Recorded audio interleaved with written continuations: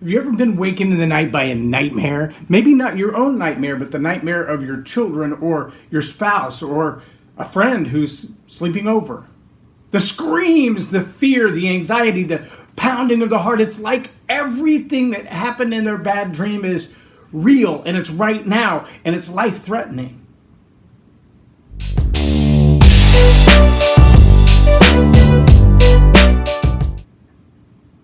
I'm J Loren Norris with Leading Leaders Podcasts, and there is a reality in our human physiology that is directly linked to our mind and our imaginations. Things that happen in our imagination, it's easy to say, well, they're fantasy, they're imaginary, they're not real. But they are directly related to things like our heartbeat and our stress level and our blood pressure and our brain waves. And all of those things mixed together inside our body, inside our being, can be so corrupted, so driven astray.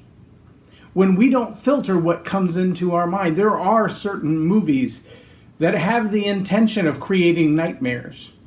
They create a scenario, a set of emotional being in you that while you're sitting in the movie theater or sitting at home watching this particular fantasy play out, they're planting ideas that you might hear a sound in the middle of the night, and the sound is related to a memory that they've just created, and the memory they've created is someone hiding in your closet. And so when you hear a sound like the air conditioner going on and the filter in the AC slamming against the inside of the fixture where it's housed, that sound sounds just like when Freddy Krueger was in your closet. And so all of the emotions begin to rise up in you at the trigger of that sound, or the trigger of a smell, or the trigger of a sight. You see something that you can't really see clearly, and you think, maybe that's what I saw in that movie. Maybe it's going to do this to me. And when those things rise up in your imagination, they rise up in your life. And they can take over your thought processes. Now, lest you think I'm completely crazy, think for a moment about the last time that an ex-girlfriend, ex-boyfriend, ex-spouse called you on the phone and all of your emotions went all crazy inside you. The anger and the jealousy and the frustration and the rage and the why aren't we still together and how can we fix this? All of those thoughts and emotions because you see a caller ID on your phone. You don't even have to have a phone conversation for that to happen. You just have to know that that person is still thinking about you in a good way or a bad way.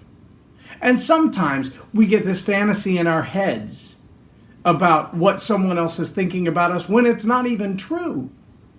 We don't know what they're thinking about us at all, or if they even are thinking about us.